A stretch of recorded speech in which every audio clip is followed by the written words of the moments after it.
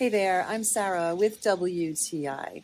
I was searching for a toy that would encourage creative play while enjoying the beautiful weather outside.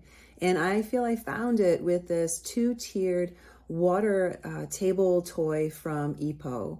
Now, it has so much happening, so many bright colors, but what really stands out are, of course, the water wheels that spin once you add water to the top. Everything is moving and dripping, and then the water collects in three separate sections at the bottom.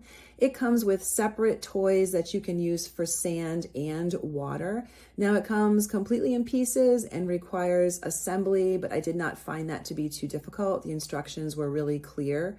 Also, what stands out to me is how sturdy this table is. My grandson is just over a year old and he is very aggressive in his affection. He pulls on things and pushes things, and this water table toy did not topple over. It was able to stand up to him, and he really enjoyed spinning things and touching things and playing with things, even in the grass, playing with the water, and it really stood up to his attentions. I was impressed with that. It also has drainage holes in each section, so if you want to drain the water out, you can.